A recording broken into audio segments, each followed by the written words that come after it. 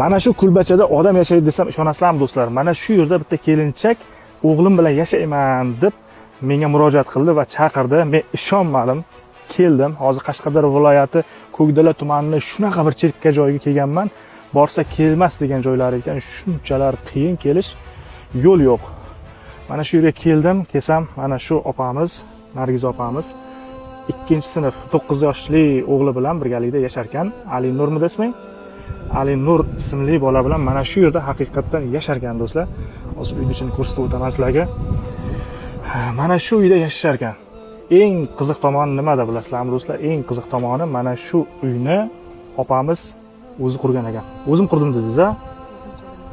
Menga rasmlarni ham tashladi, qurilish paytidagi devor ustiga chiqib qurayotganini qoyil qoldim. Eri boshqa ayolga uylanib ketgan. O'shandan keyin opamiz ko'chada qolgan, hech vaqosini bermagan. Faqat ustidagi kiyim bilan shu o'g'li bilan mana shu yerga kelib joylashgan. Shu uyni qurishgan. Mana shu yerda yashashyapti ekan. Bu yerda 15 kundan beri svet yo'q. Qo'shni uyidan svet tortishgan ekan. Uylar ham juda uzoq. Chunki bu yer o'rmon xo'jaligi ekan o'zi. Tokni uzib tashlashibdi. 15 kun bo'libdi. Mana bu yerda suv bor ekan. Shu yerda suv saqlab ichar ekan. U suv ham sasib ketgan suv. Sharoit yo'q. Mana bu yerda choy damlab ovqat qilishar ekan. Mana shu pechkada. Sizlarga eng achinarli narsani ko'rsataman. Mana Ali Nur mana shunda maktabga borasan-a? Qishda ham mana shunda borgan ekan. Mana yirtiq ko'ryapsizlarmi? Yirtiq. Mana shunda maktabga borar ekan Ali Nur. Mana ko'rinyaptimi? Yirtiq xotinkada maktabga borar ekan. Shu darajada ahvol og'ir.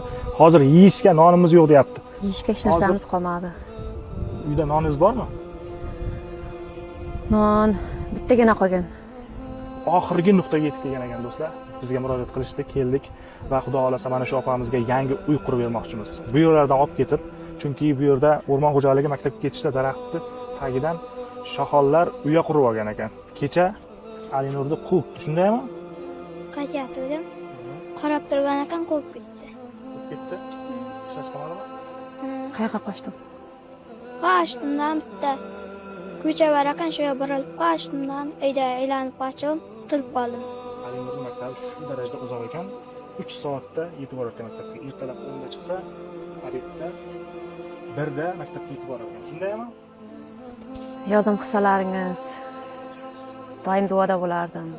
Iltimos yordam qilingizlar.